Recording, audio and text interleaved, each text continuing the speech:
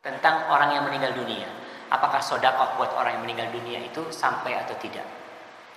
Rasulullah SAW mengatakan, "Idza mata ibnu Adam inqata 'amaluhu min thalath."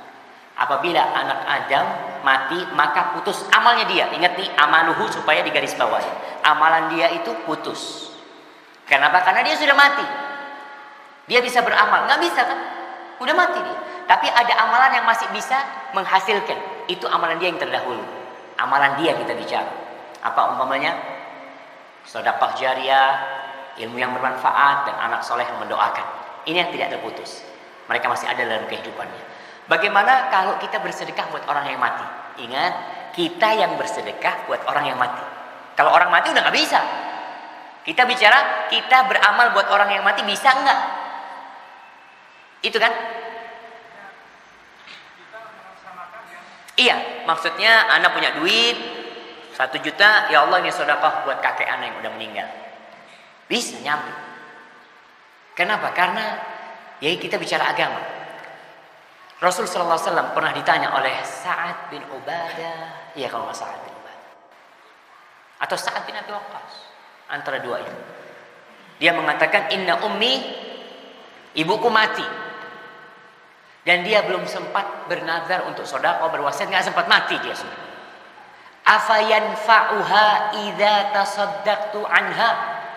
Apakah bermanfaat buat dia kalau aku sedekah buat dia? Ini pertanyaan sahabat kepada Nabi alaihi salatu wasallam. Mungkin pertanyaan ini dasarnya hadis putus amalannya gitu. Amalan dia putus. Kalau anaknya beramal buat ibunya, sedekah buat ibu, apa yang qala tasaddaqi anha? Kok sedekah buat ibu, bermanfaat buat ibu? Hadis inilah, dan ini tidak bertentangan jamaah dengan firman Allah, wa an laisa lil insani illa ma sa'a. Orang itu tidak akan mendapatkan kecuali yang dia usahakan.